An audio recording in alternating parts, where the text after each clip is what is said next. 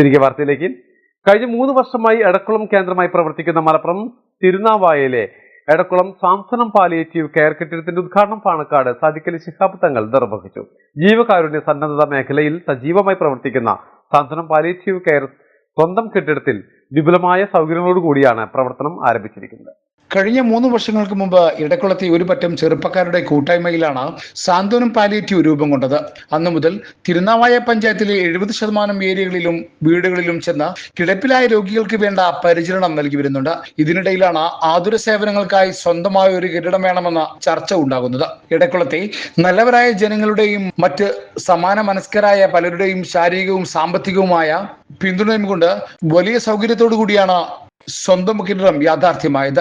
Palliative home care centre, inpatient unit, ഭിന്നശേഷി area, physiotherapy, public library, മയ്യത്ത് പരിപാലനം, conference hall, പ്രാർത്ഥനാ മുറി എന്നിവയും സെന്ററിൽ ഒരുക്കിയിട്ടുണ്ട്.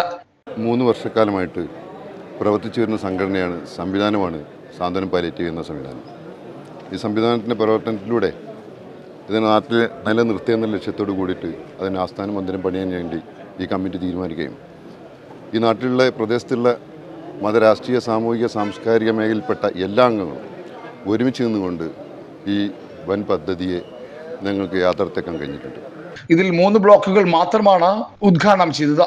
ബാക്കി ബ്ലോക്കുകളുടെ ഉദ്ഘാടനം ആഗസ്റ്റ് 15 നടക്കും. ചടങ്ങിൽ പി മൊയ്തീൻ കുട്ടിക്കുരിക്കൽ അധ്യക്ഷനായിരുന്നു. കെട്ടിടത്തിൽ സജ്ജീകരിച്ച കോൺഫറൻസ് ഹാൾ കുറുക്കോളി മൊയ്തീൻ MLA-യും ഭിന്നശേഷി area Tirur block panchayat president advocate U സൈനുദ്ദീനും ഉദ്ഘാടനം ചെയ്തു. CP ഹമീദ്, ഷംസുദ്ദീൻ ബിൻ മുഹിയുദ്ദീൻ, അബു വെള്ളാടത്ത്, അവറാങ്കൽ മൊയ്തീൻ, ബ്ലോക്ക് പഞ്ചായത്ത് അംഗം MP Muhammad Koya, CP Abdul Samad Babu, KV Hasan, MP Naseer, Ahmed തുടങ്ങി പ്രമുഖരും ഉദ്ഘാടന ചടങ്ങിൽ പങ്കെടുത്തു.